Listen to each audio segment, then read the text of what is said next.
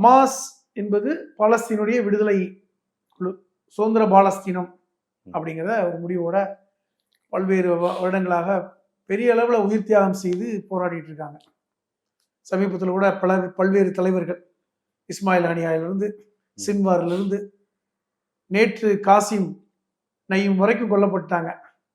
இப்போ இவர்களுக்கு ஆதரவாக இஸ்லாமிய நாடுகள் பெரிய அளவில் குரல் கொடுக்கலங்கிற அந்த இடத்துல ஈரான் இவர்களுக்கு இடையில பெரிய அளவில் ஆதரவு கொடுத்தது. சொல்லப்போனா ஈரான் ஷியா, இவர்கள் சன்னி முஸ்லீம் என்கிற அந்த பிரிவினையை மீறி ஈரான் கை கொடுத்தாங்க. குறிப்பா ஹிஸ்புல்லா, லெபனானில் இருக்கின்ற ஹிஸ்புல்லா முழுக்க ஆதரவு கொடுத்து யுத்தங்களை நடத்தினாங்க.